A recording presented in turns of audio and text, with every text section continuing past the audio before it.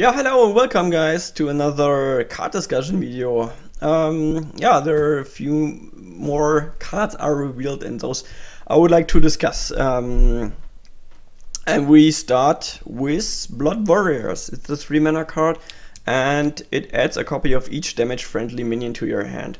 So it's a little bit similar to Echo of Medivh, it's just that your minions need to be damaged. So yeah, if you want to have the same effect, you could add a Whirlwind effect, and then yeah, you would have more or less the same effect, but you need to cast a Whirlwind effect, so it would be two cards for the same effect. And yeah, I think another card you might compare it with is the Battle Rage, where you draw one card for each damage character. But with Battle Rage, you also draw a card for your damage hero, which is here not the case. So you draw one card more, and it costs 1 mana less, but you draw the stuff from your deck. So that's the difference, and that's why you're not, yeah, you cannot use it in the same situations. Yeah, here's the thing. So people were discussing if this is good in Grim Patron Warrior or not. Battle Rage is really good in Grim Patron Warrior because it's a combo deck, and yeah, you want to damage your stuff and you can draw a lot of cards, and you also need to draw a lot of cards because yeah, it's a combo deck and you want to cycle really fast through your deck. And if you use all your cards for your combo, you want to get new combo cards, so you can, yeah, play the next combo really soon afterwards. And therefore it's really good that you also draw the stuff from your deck. Yeah, you want to cycle through your deck. With Blood Warriors, this wouldn't be the case. You would get just copies from the stuff which is on your board, so you wouldn't draw into the next combo pieces, and you would get a lot of yeah, most likely Grim Patrons. And why the hell would you want to have so many Grim Patrons? So if you want to play a Grim Patron, you play it with some other cards to combo it to get a lot of Grim Patrons at the same time. But the cards, the amount of cards you can add to your deck are limited, so you cannot just make sure that for every Grim Patron you have, I mean, you can do it for 2 Grim Patrons, but if you play this card and you get 3 more Grim Patrons, you don't have so many combo cards to make new stuff out of it, and it's really expensive and doesn't do anything. So I don't know, but I really don't think this is really good in Grim Patron. Battle Rage is way better, and so yeah, since you can compare it somewhat to Battle Rage, Blood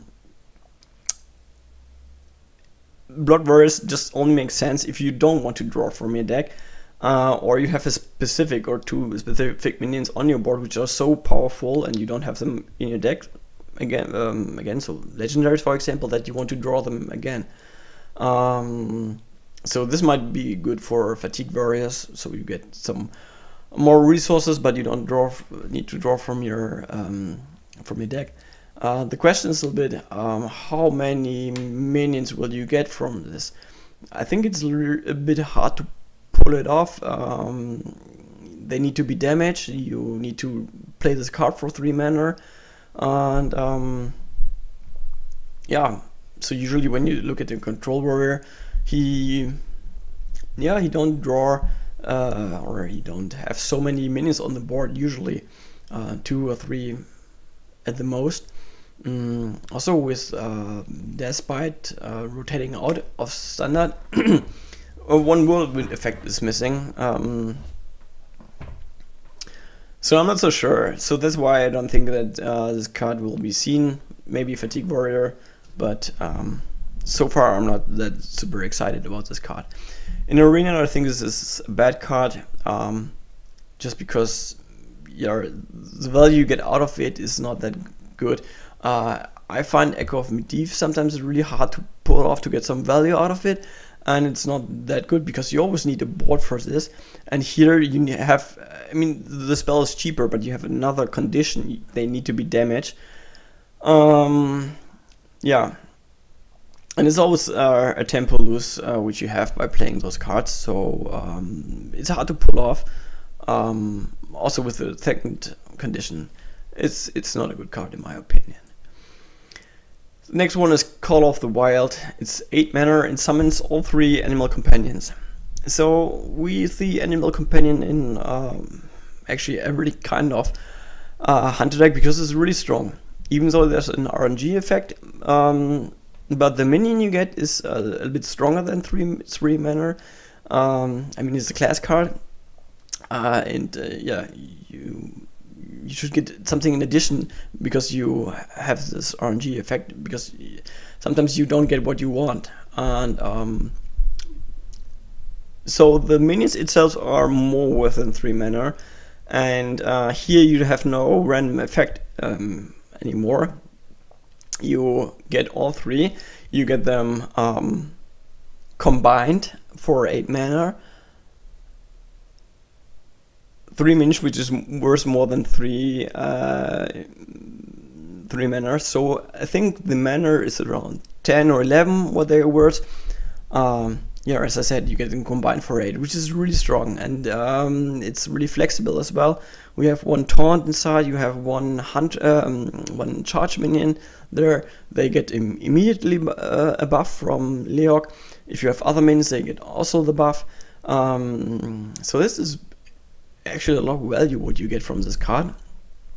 The only thing is you get a lot from or a bit from everything, but nothing really extremely strong, like for example Ragnaros, really huge body with immediately effect.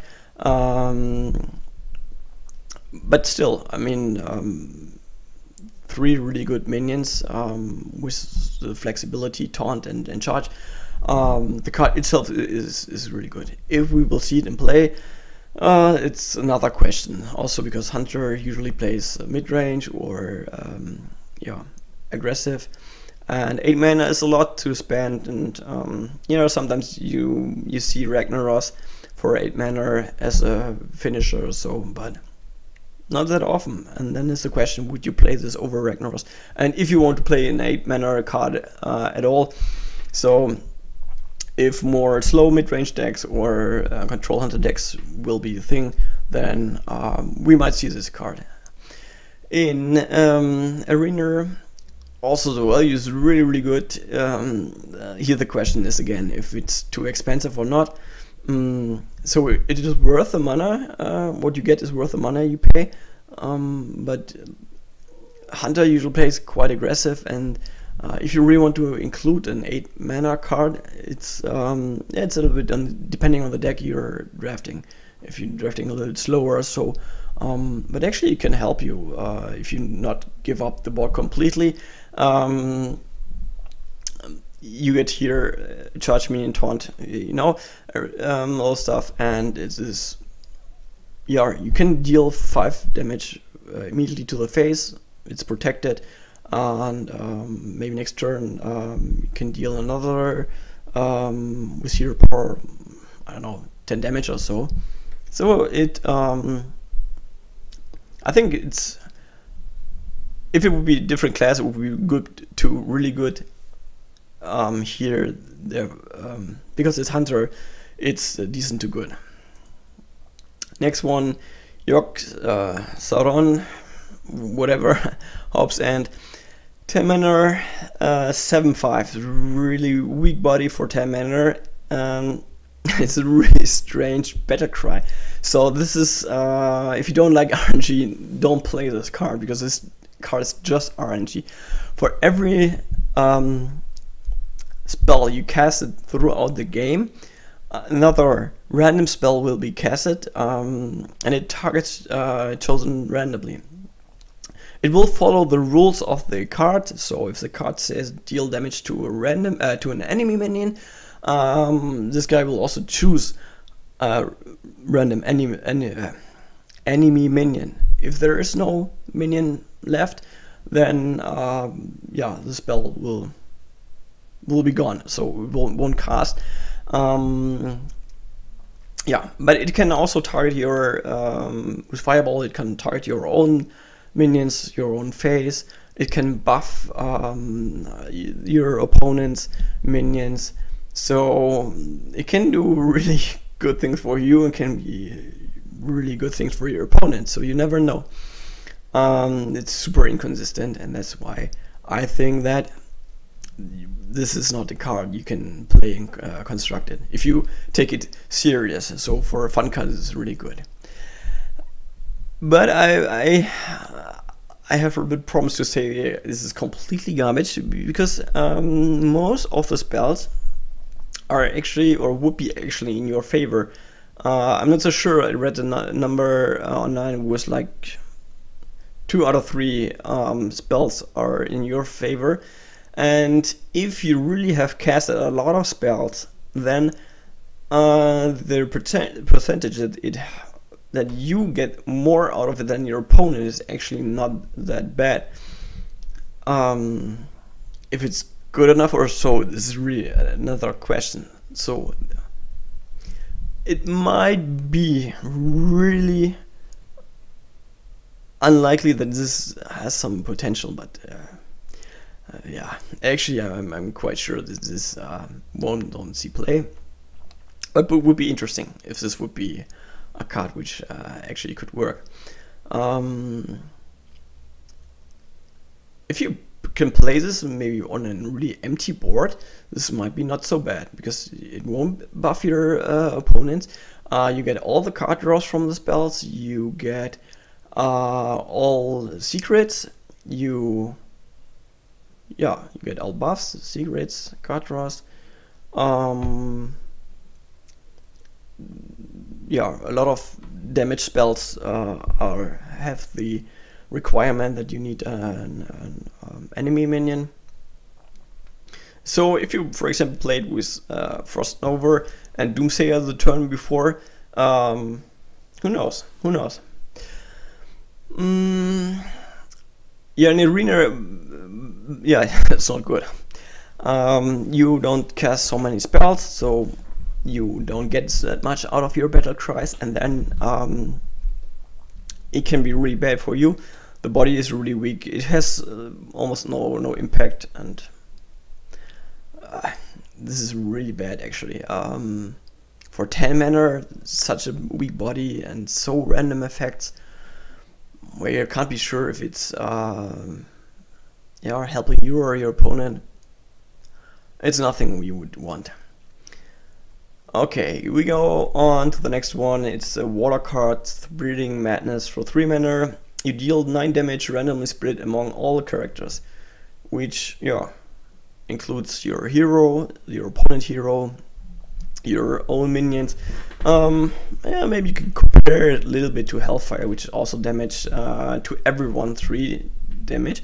But when you play this, or often it's helpful when your opponent has a board with a lot of minions with weak health, so you can clear the whole board with this. It's Breeding Madness. You have a lot of RNG inside. Just if you think about if your opponent has just 1 minion on the board, then let's say 3/3 for example, and it deals 9 damage randomly split, then on average it would hit the minion in the middle for 3. But you can't be sure if you play this card and you don't get anything out of it, or the minion survives. The more he has, the more likely he will hit the minions on the board. But then also the question is how good is the impact of this dealing 9 damage to all those. The best thing is if he has a lot but really weak minions. How often we will see this, it depends. It reminds me a little bit to Avenging Rest, which is not, we don't see it on the other. Yeah, but it's way more expensive. It's 6 mana and 8 damage, but you don't kill your, you can't hit your own minions. which is actually good. So just 8 among all enemy characters. Here you deal 1 damage more. But on average you deal less damage to enemy characters, but you just spend 3 mana. I still think that doesn't make the cut. And also in Arena I think it's too inconsistent. You need to be behind, and so I think one of the really good strengths from Warlock is that you can play good tempo, draw a lot of cards, tempo play without running out of steam, and usually you want to be ahead, and then cards which also affect your board is bad. So I don't like this card in Arena. Okay. So now we come to Cho'Gall. It's Warlock Legendary for 7 mana. You get a 7/7 with Battlecry. The next spell you cast this turn costs health instead of mana. So this allows you for really good tempo play. You can have really huge tempo swings with this card. Since you can spend way more mana this turn than you could normally do. You just need to spend health. If you have enough health left, this is a requirement, then you can cast, you play this guy and you can cast another spell. And if this is, for example, a Siphon Soul, then you have a really huge tempo swing, because you put a 7/7 on the board, and you're hopefully you take a really huge minion from your opponent from the board. And you paid 3 health for this, which is worth it. You also paid 2 cards for it, but you can always draw new cards if you want with hero power. So that's actually really good. Furthermore, you have the potential for a really huge board clear with Shadow Flame. You can play this already on turn 7, or if you play this on turn 10, you can even combine it with, or you can play new minions so that you take slightly over the board control. But with Shadow Flame, I think still other minions are better. But if you have something already on the board, you can play Cho'Gall, and then the Shadow Flame on the other minion you have on the board, which is also a really huge tempo play. Bane of Doom is not that good anymore, since you can't get Mal'Ganis and Voidcaller. Yeah, but still, it's still a tempo play. You pay 5 health, you hopefully kill something, and you get a minion for it. So in terms of tempo, this is really good. Yeah, unfortunately, Implosion and Dark Pomp is not part of Standard anymore in the future, because also those cards would be really good. So yeah, the question now is if so most likely the best one is really if you combine it with Siphon Soul. With Shadow Flame, maybe. It's really situational. But Cho'Gall and Siphon Soul is really strong. But here's the question: how reliable can you pull this off? The potential is really huge. Tempo swing is really huge. But if you don't have another spell and you play it as a 7 mana 7/7, that's not really good. So then it depends how reliable can you get this combo, and this is depending a little bit on the deck you're playing. If you have a deck where you can survive a long time, have a lot of health, minions and so on, and you can draw really fast through your deck, and it's quite likely that you can pull off this combo, then this is really good. Because the big disadvantage of Siphon Soul is that when you play it on 7, 8, turn 7 or 8, then you cannot play anything else. And even if you play this on turn 10, you can kill one minion and maybe you can just play another really small minion, which is not that helpful.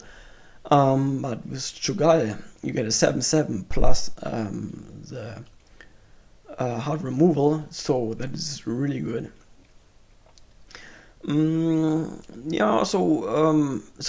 I was thinking maybe in a Reno Lock, but then you're just running one Siphon Soul, or even in Handlock.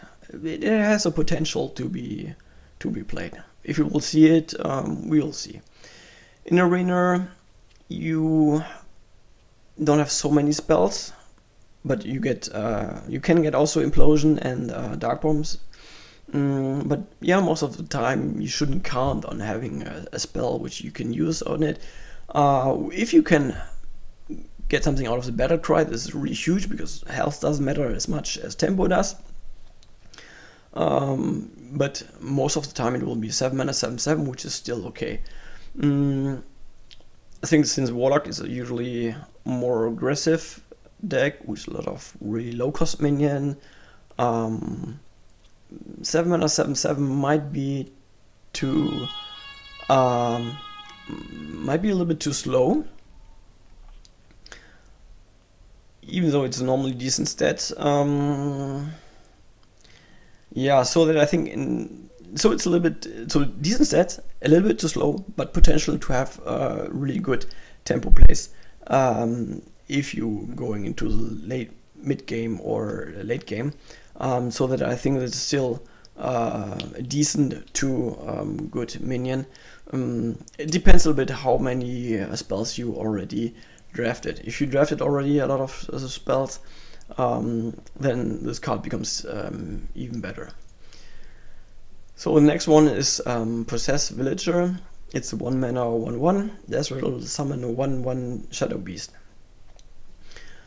This becomes more important, I think, because at least in Zoo, because Hounded Creeper and Rubian Egg will rotate out.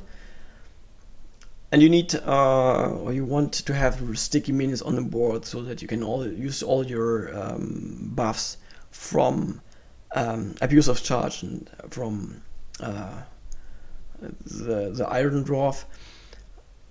Yeah, so therefore this minion becomes more important. So from the power level here, it is actually nothing else than Argent Squire. But yeah, since some really sticky minions will rotate out, you need to include other new sticky minions, and then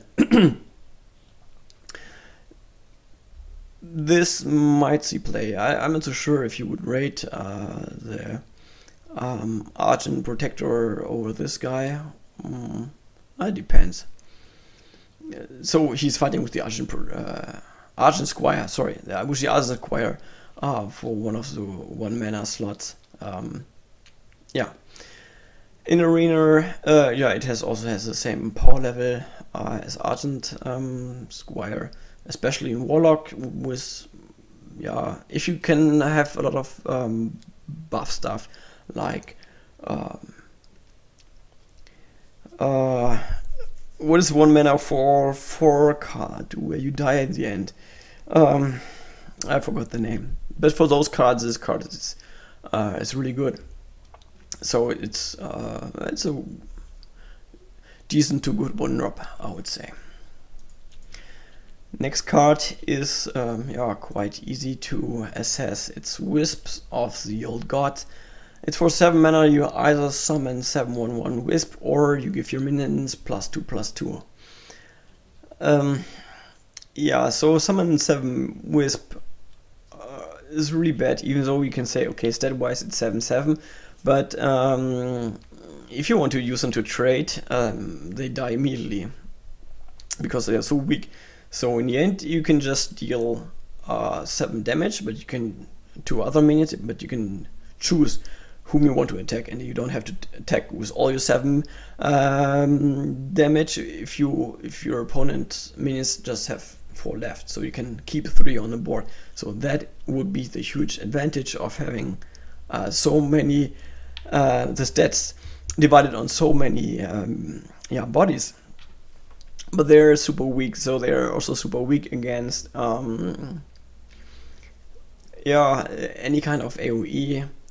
And yeah, as I said, you can just actually deal 7 damage to other minions, which is not that good. Only thing, maybe if you play them, hopefully your opponent does not have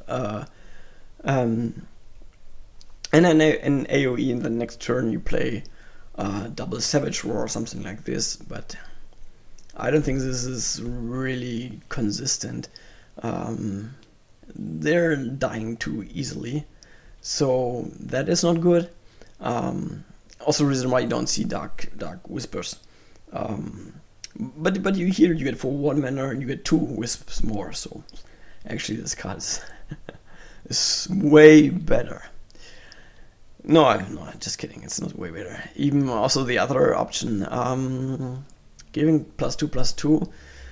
Yeah, this effect is worse.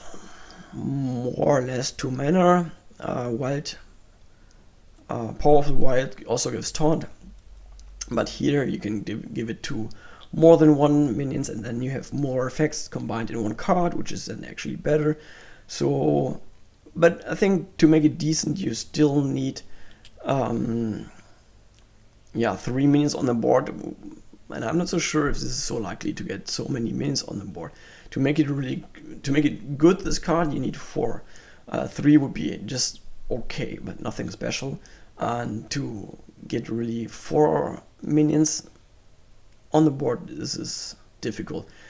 And also if you combine it with Stellaris, which is, yeah, it's a legendary, so it's hard to compare it, but you can also choose to give +2/+2 to everyone of your other minions on the board, and you get a 5/8 in addition for just 2 mana more. This is way better. Yeah, also in Arena, you don't have so many AoEs, so the Wisp might survive. And if you play this on an empty board, so we're just talking about the best case scenario, then you can deal next turn 7 damage, and if you just place 1 or 2 minions, you can next turn again deal 5 to 6 damage, and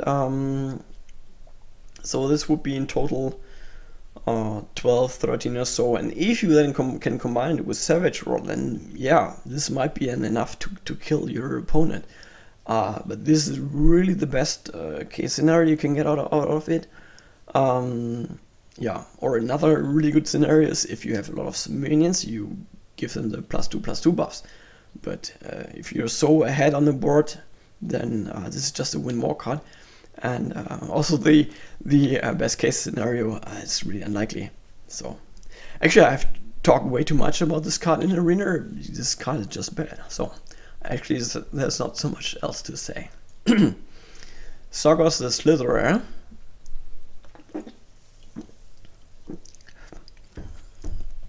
It's 9 mana, 5/9. Has taunt, can't be targeted by spells or hero power.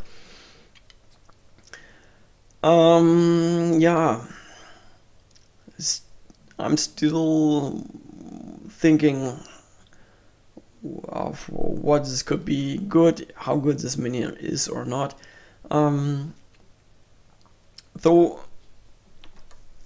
usually when you have a really big minion on the board, your opponent tries to kill it with a spell. If he tries to kill with his minion, you usually need to spend a lot of minions to kill it, or he just ignores it and goes face.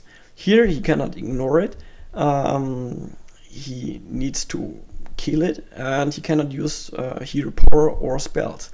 So it might be the situation that you can actually, if his board is not that strong or the minions are not that strong, he needs to trade a lot into this guy. And when he had a board before with 3 minions, and then you play this guy, he needs to use all of them to kill them.